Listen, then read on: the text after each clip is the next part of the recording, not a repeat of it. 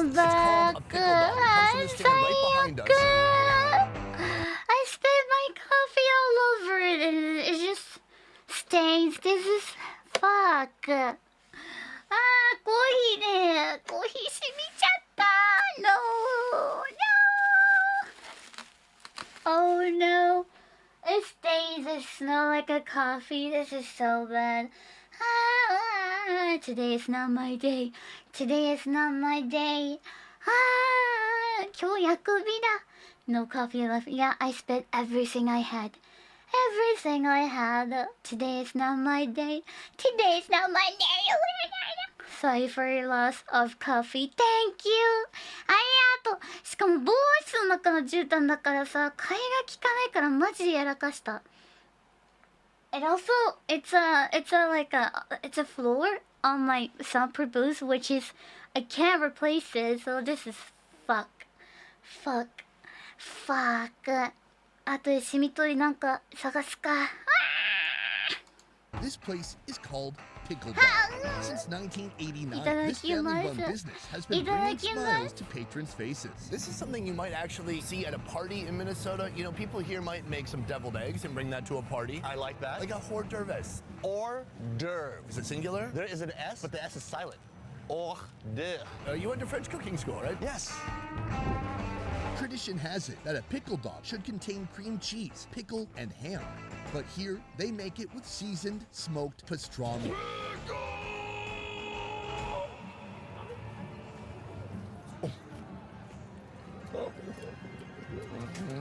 It's so good. You love it, bro? I love it. I want to know why. I'm too familiar with it. I can't break it down.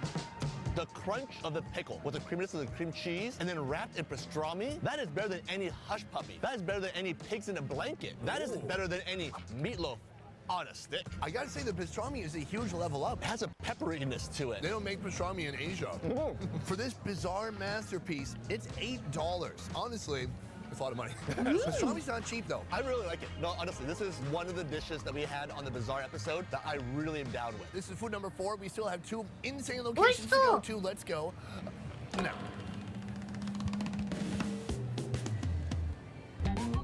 Have you ever heard of tachos? It's basically nachos, but instead of tortilla chips, you're using tater tots, and you are happy about it. Here at Snack House, they take it a step further with a new bizarre blend in a recipe they call Memphis Tachos. I'm told it's inspired by Elvis Presley himself. He reportedly loved bananas and peanut butter. And bacon. And now, see, I think that we do not know for sure. Oh. I did 5 seconds of research. Hold on. Presley's fondness for peanut butter and banana sandwiches is well established. However, bacon is not mentioned at all in accounts. Well then.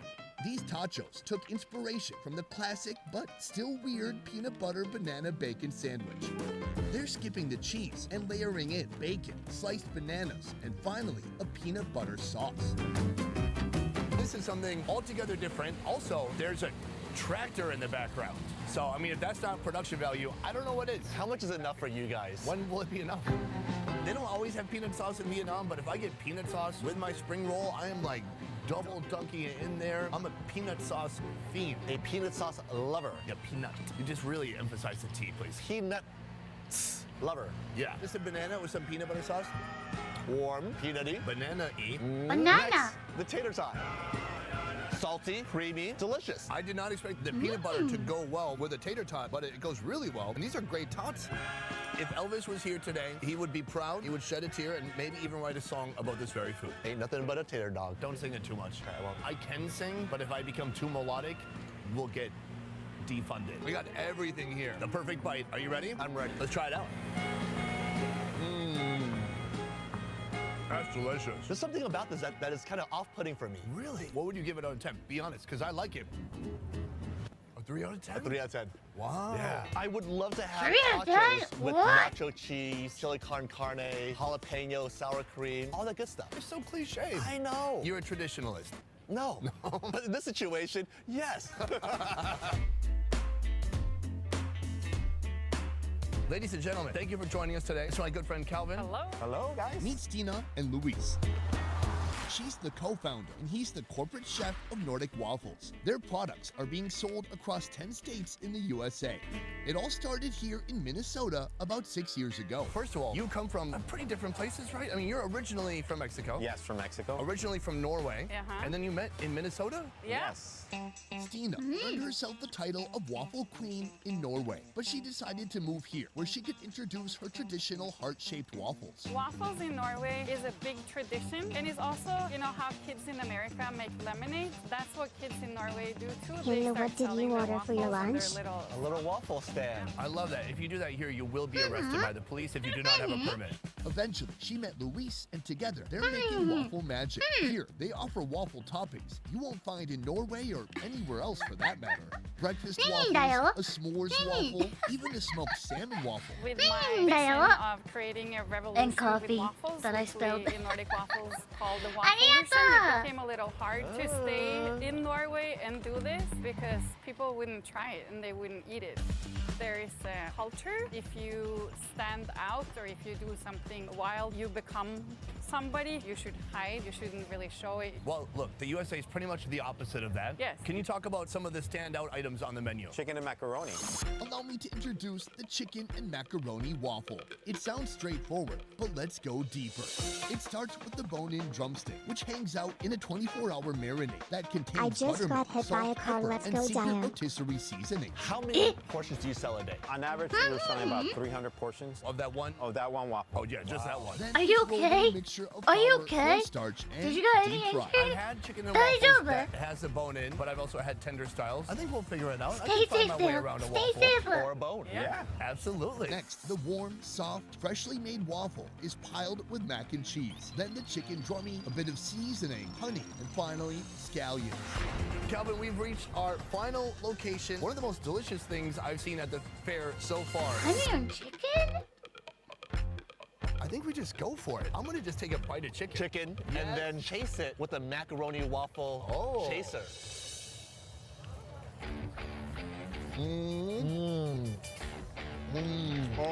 Wow, what a combination. It is so crunchy. And then it's just a nice, meaty, juicy, dark meat. I like how you use the bone-in drumstick. It gets you more involved in the action. And then that glaze, that honey. It's just, when you're at a place like this, where you're eating non-stop, highly decadent foods, you need that extra hit of sweetness to get your brain buzzing. Usually, I'm not a big fan of carbs Wait, on carbs. chicken and honey? It's carb, protein, carb. So the chicken's almost surrounded by this honey? carb heaven. Seems This is our final food. The only thing left to do now is to decide which one was the most bizarre.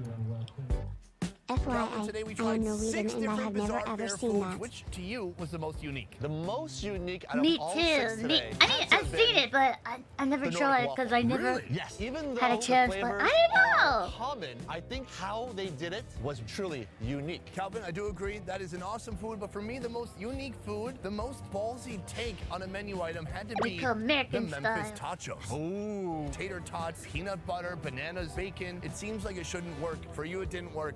For me, it worked just fine. Well, Sonny, the Minnesota State Fair taught me one thing. What? You can put anything in a boat and it'll be delicious. And sell it for $20. Today, it's all about crazy food creations on a stick. The Minnesota State Fair is famous for putting food on a stick. I don't know when this became a trend, but it did. This year, vendors proudly boast over 80 different foods on a stick. They've gone crazy with the stick theme. Here, you can even find a pork chop on a stick, cheese on a stick. Spaghetti on a stick? How do you put spaghetti on a stick? We will find out soon enough, Sonny. Now, it's time for Calvin and I to hit the streets. You ready? What does that do? Expands your large intestines and small intestines. Should we go? Yeah. Okay. So stupid.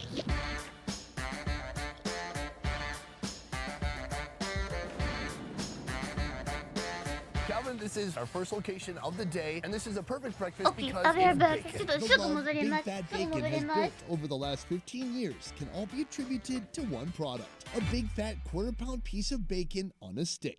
During 12 glorious days each year, Big Fat Bacon treats its patrons with these specially baked on a stick thick cuts. 25 minutes in the oven, followed by 2 minutes on the flat top, turns the crispiness to 11.5. Finally, a shiny glaze of maple syrup and a sprinkle of peppercorn and sea salt.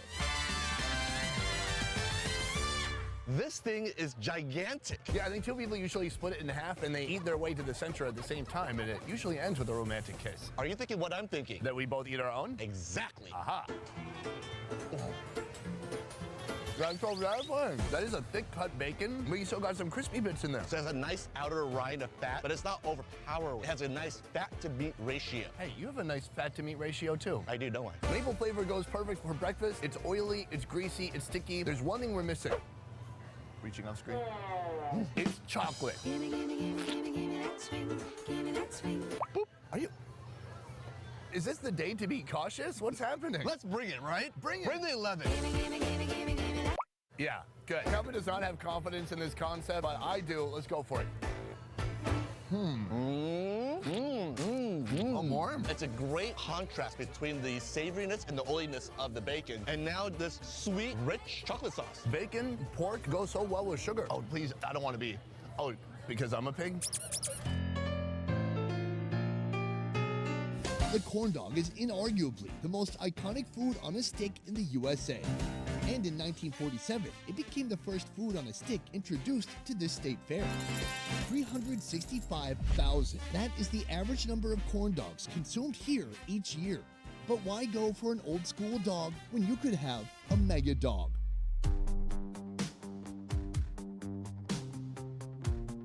When I first saw this, I was wondering where the heck do you get an 18-inch sausage? What they actually do, multiple dogs, 1, 2, 3, on top of each other. The dogs are concealed with a thick layer of cornmeal batter, then immersed in bubbling oil. Fry until it's golden. I'm back! My coffee, coffee. A nice plump wiener inside. Beautiful, bready, crispy, crunchy corn dog shell on the outside. じゃあ戻れますか